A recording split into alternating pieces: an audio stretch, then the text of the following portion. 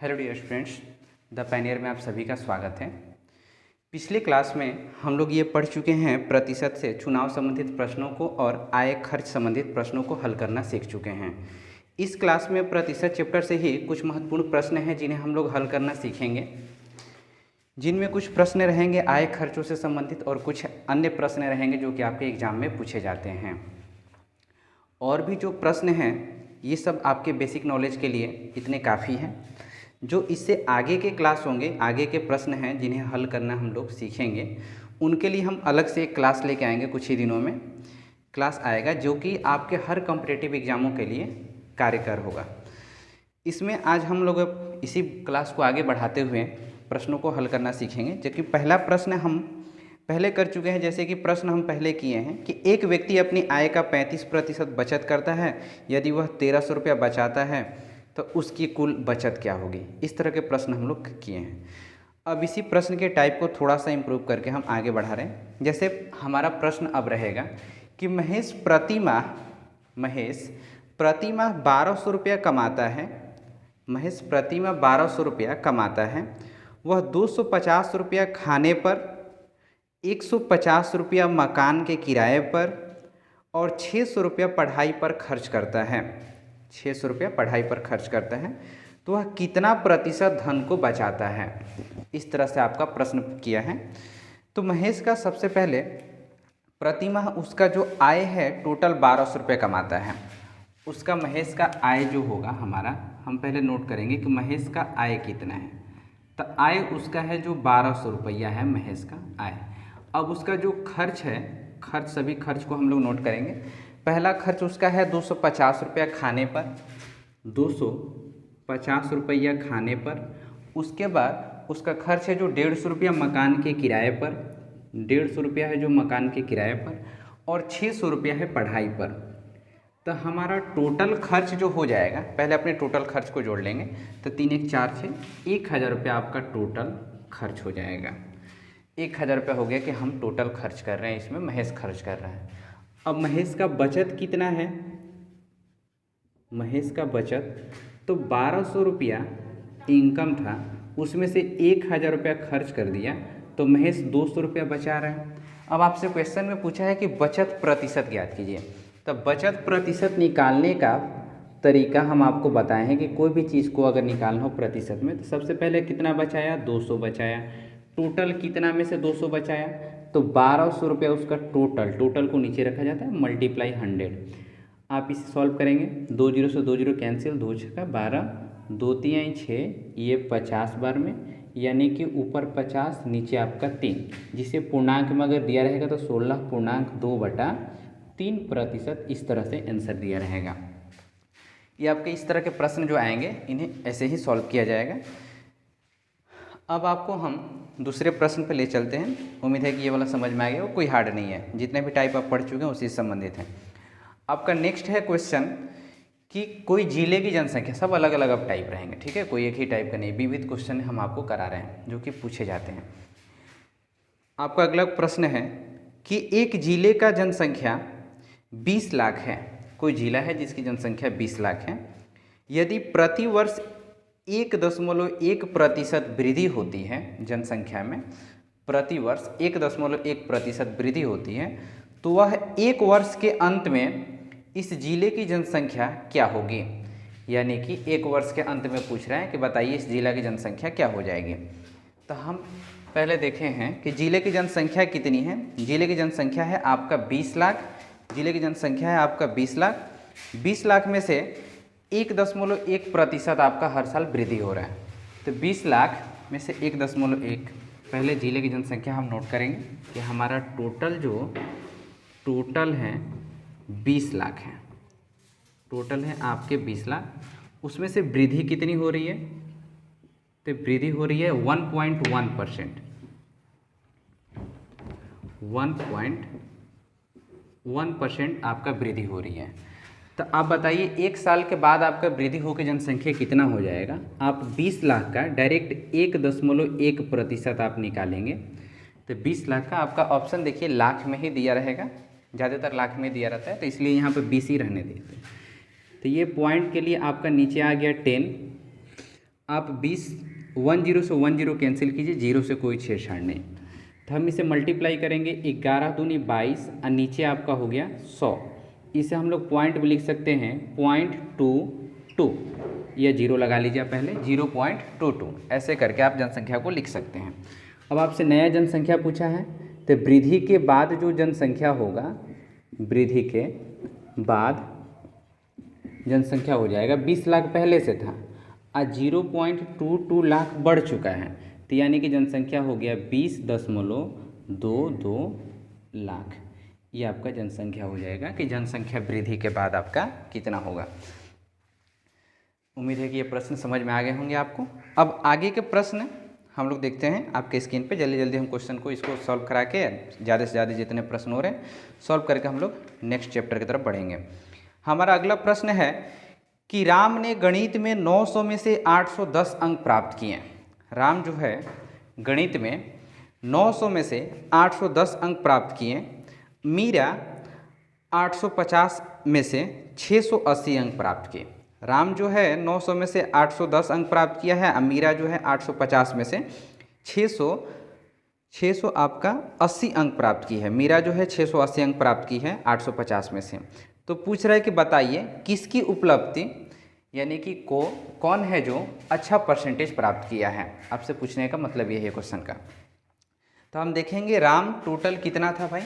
राम जो था, राम का टोटल स्कोर था 900। दोनों का हम स्कोर टोटल लिखेंगे, उसके बाद टोटल के बाद उनका देखिए राम का स्कोर, राम का दिया है कि ये राम हो गए, ये मीरा हो गई। राम का टोटल स्कोर कितना था, टोटल था राम का 900। अब मीरा का टोटल स्कोर कितना है, मीरा का है 850। मीरा का है 850। ये कितना प्राप्त किया, ये प्राप्त किया 900 में से 810 अंक ये प्राप्त किया है। मीरा कितना प्राप्त की है, 680 अंक मीरा प्राप्त की है दोनों का। अब इसका प्रतिशत हमें निकालना है। 810 प्राप्त किया है, देखिए प्रतिशत कैसे निकालते हैं, पहले ही हम लोग पढ़ चुके हैं कि 810 प्राप्त किया है 900 में से, तो आप जितना प्राप्त किया है उससे ऊपर, इसी को ना परसेंटेज बताना है, और टोटल को नीचे रखा जाता है। अब मल्टीप्लाई 100 करेंगे तो 20 से 20 कैंसिल, 9 9 81, यानी हम ये बता दिए कि ये जो है 90% प्राप्त किया है। ये कितना प्राप्त की है, तो 680 कितना में से, 850 में से, मल्टीप्लाई 100, 10 से 10 कैंसिल। अब इसे आप कटाइएगा, देखिए 17 × 5 = 85 और 17 × 4 = 68, 17 × 5 = 85, 17 × 4 = 68। अब ये 5 से आपका 20 बार में, 20 × 4 = 80%। अब आप देख सकते हैं साफ साफ अंतर आपको दिखाई दे रहा है कि किसका प्रतिशत वैल्यू ज़्यादा है, तो आप बोलिएगा कि राम जो है अच्छा प्रतिशत प्राप्त किया है, राम का प्रतिशत वैल्यू ज़्यादा है। अब नेक्स्ट है आपका प्रश्न, नोट कर लीजिए इसको। नेक्स्ट प्रश्न है आपका कि मीरा की जो आय है, मीरा की आय गीता की आय से 5% अधिक है। मीरा की आय, ये प्रश्न अधिकतर पूछे जाते हैं, इस पर ध्यान दीजिएगा।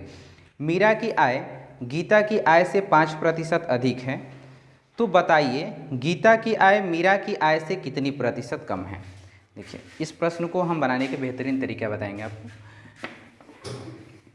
मीरा की आय जो है, यहाँ पे आपसे बोला है कि जो मीरा की आय है, मीरा की आय गीता की आय से 5% अधिक है। ये हो गई मीरा, ये हो गई गीता। मीरा जो है गीता से 5% अधिक है, यानी ये 100 है तो ये 5% ज़्यादा होके 105 है। अब आपसे बोला है कि मीरा जो है गीता से 5% अधिक हो गई।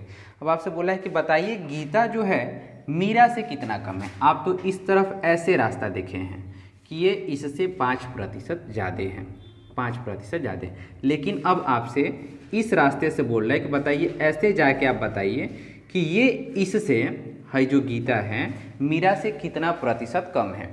तो इस सिचुएशन में हम ध्यान देते हैं, आप ही नहीं बोलिएगा कि 5% ज़्यादा है तो 5% कम हो जाएगा, ऐसे नहीं होता है।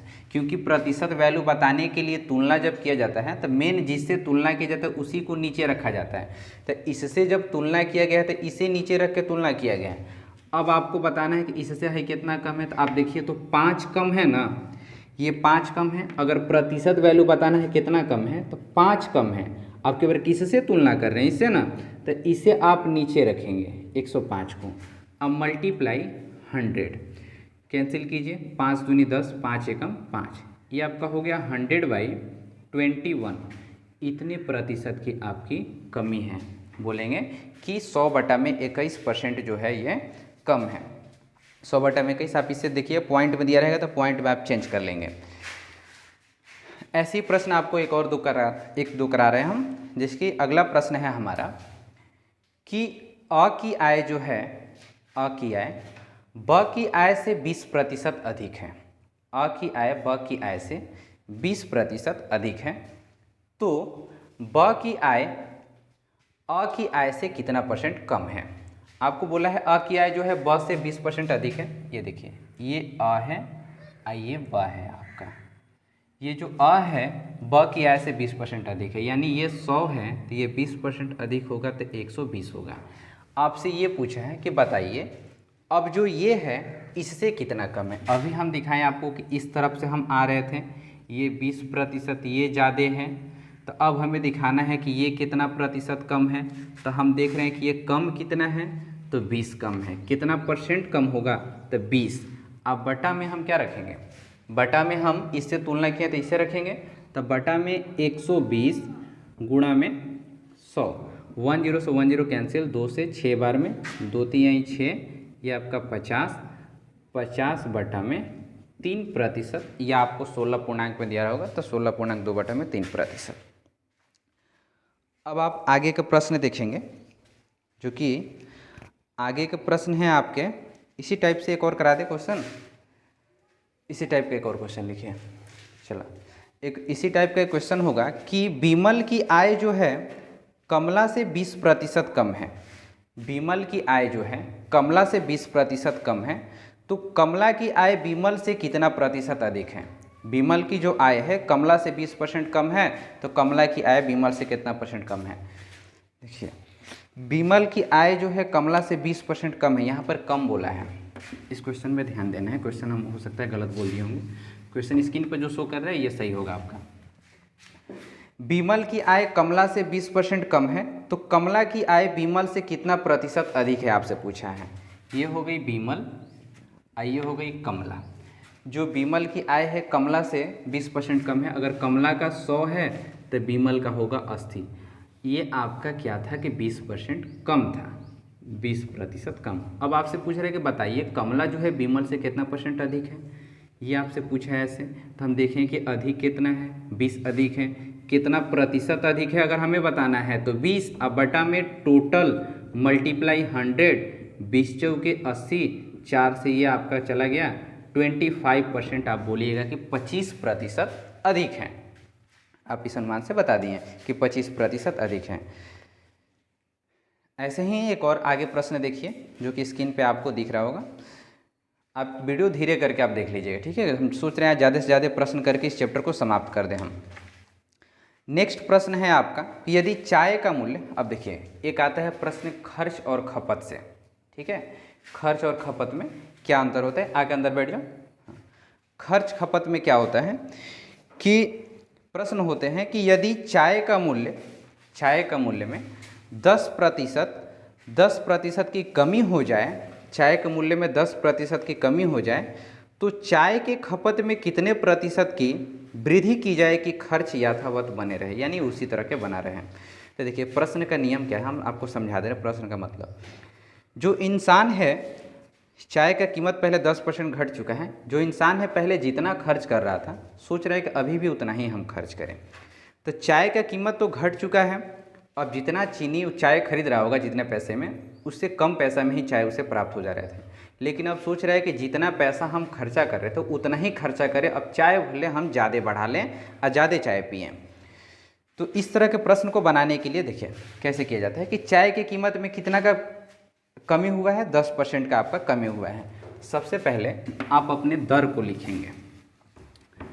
ये जो दर होगा चाय का रेट, ये जो चाय का आपका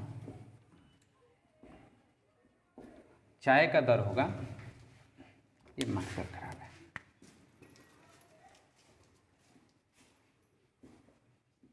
चाय का दर में कितना कमी हुआ है, 10% का, यानी कि चाय पहले 100 का था, 10% कम होके अब मिल रहा है 90 का। अब देखिए, जब आप खर्च को एक समान बनाए रखना चाह रहे हैं, रखना चाह रहे हैं, तो जो खपत होता है उसे पलट दिया जाता है। चाहे 100 से 90 हो गया रेट उसका, तो हमारा खपत हो जाएगा कि पहले हम 90 खाते थे, अब खाएंगे 100। तो अब हमसे पूछा है कि खपत में कितने प्रतिशत की वृद्धि करनी है, तो हम देख रहे हैं कि 90 खा रहे थे, अब खाएंगे 100, तो कितना बढ़ रहे हैं, 10 परसेंटेज वृद्धि आपसे पूछ रहा है 10। अब बटा में पूर्व वाला रखा जाता है, पहले वाला 90 और गुणा में 100 करेंगे, 10 से 10 कैंसिल, आपका हो गया 100/9। इसे हम लोग बोलेंगे 11.1/9% की वृद्धि करनी पड़ेगी। इस तरह के प्रश्न को देखिए, सबसे पहले हम क्या लिखते हैं कि चाय का दर लिख दीजिए, जो रेट है, पहले रेट 100 था, 10 कम हुआ तो 90, अगर बढ़ा होता तो 110, जो भी हुआ हो परिवर्तन, उस तरह परिवर्तन को लिखा जाता है। फिर खपत क्या होता है कि अगर आप खर्च को वही बनाए रखना चाहते हैं, कोई परिवर्तन नहीं करना चाहते हैं, तो जो खर्च है वही रखने के लिए खपत को पलट दिया जाता है। तो ये खपत जो है इसे हम पलट दिए, यानी इसे इस तरफ और ये वाला को इस तरफ लिख देंगे, तो हमारा ये बताएगा कि पहले हम कितना खाते थे, अब बाद में अब कितना हमें खाना पड़ेगा। इसी को पलटने के बाद हम देख लेंगे कि हमें कितना बढ़ाना है या घटाना है। तो इस सिचुएशन में हमें बढ़ाना पड़ेगा, तो बढ़ाने के लिए देखेंगे 10 बढ़ाना पड़ेगा। कितना प्रतिशत बढ़ाना पड़ेगा, तो आपसे 10 अब बटा में पूर्व वाला पहले वाला लिखा जाता है, मल्टीप्लाई 100 किया जाता है, तो आपका आ गया कि 11.1/9% आपको। ऐसे ही प्रश्न को एक बार किया जाए फिर से, इस तरह के प्रश्न आपको, चलिए इस तरह के प्रश्न हम आपको बोल रहे हैं कि देखिए, अगर आपसे कोई बोले कि यदि दूध की कीमतों में 20% की कमी आ जाती है, यदि दूध की कीमतों में 20% की कमी आ जाती है, तो ज्ञात करें उसकी खपत में कितने प्रतिशत की वृद्धि करनी पड़ेगी जिससे खर्च एक समान बना रहे। तो ज्ञात करें उसके खपत में कितने प्रतिशत की वृद्धि करनी पड़ेगी जिससे खर्च एक समान बना रहे। प्रश्न वही है आपका, इसमें बोला है कि दूध है, चाय के जगह पे अब दूध ला दिया है। दूध की कीमत में आपसे बोला है कि दूध की जो कीमत है उसमें 20% की कमी हुई, जो दूध की कीमत है आपका उसमें 20% की कमी हो गई। तो यानी कि दूध पहले था आपका 100, 20% कमी होने के बाद 80, जो खपत होगा, अगर हमें खर्च समान बना कर रखना है एक समान, तो जो हमारा खपत होगा पलट जाएगा, पलट दिए। अब हम पलटने के बाद देखेंगे कि हमारा खपत पहले 80 का था, अब हमें करना पड़ेगा 100 का।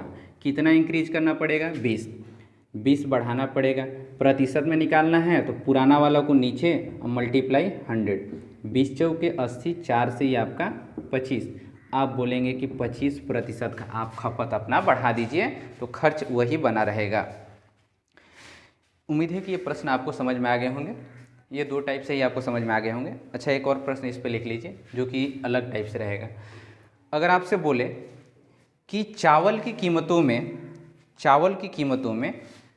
20% की वृद्धि हो जाती है, चावल की कीमतों में 20% की वृद्धि हो जाती है, तो खर्च एक समान बनाए रखने के लिए खपत में कितने प्रतिशत की कमी या वृद्धि करनी होगी। तो खपत में कितने प्रतिशत की कमी या वृद्धि करनी होगी। इस बार बोला है आपका कि चावल जो है, चावल की कीमत में 20% की वृद्धि हो चुकी है। चावल की कीमत में आपका 20% की वृद्धि हो चुकी है, यानी कि चावल की कीमत 100 है तो 20% वृद्धि होकर 120। तो इसका खपत जो होगा पलट जाएगा, बिल्कुल खपत पलट गया। अब देखिए, आप देखेंगे कि खपत पहले 120 kg आप खाते थे, तो यानी अब आपको 100 kg ही खाना है। कितना कम किए? 20 कम किए। कितना प्रतिशत कम किए अगर आपसे पूछे तो 20 अब बटा में पुराना वाला लिखा जाता है मल्टीप्लाई 100। 20 के पहाड़ा से 6 बार में कट जाएगा, 2 के पहाड़ा से 2 3 6, ये आपका 50। आप बोलेंगे 50 बटा में 3% हमें कमी करना पड़ेगा। पूर्णांक में दिया रहेगा तो पूर्णांक पे हम कन्वर्ट कर देंगे। 50 बटा में 3% का हमें अपने खपत में कमी करना पड़ेगा। उम्मीद है कि इस टाइप के सारे प्रश्न अब आपको समझ में आ जाएंगे, बना भी लेंगे आप। तो हम लोग अगले टाइप पे चलते हैं। नेक्स्ट हमारा टाइप है 1/3 छोड़िए इसको। एक मनुष्य का मासिक आय जो है, एक मनुष्य का मासिक व्यय जो है 75% तथा बचत जो है 250 रुपया है। एक मनुष्य का मासिक व्यय जो है, व्यय खर्च यानी 75% है और जो उसका बचत है 250 रुपया है। तो बोल रहा है कि बताइए उसका मासिक आय क्या होगा।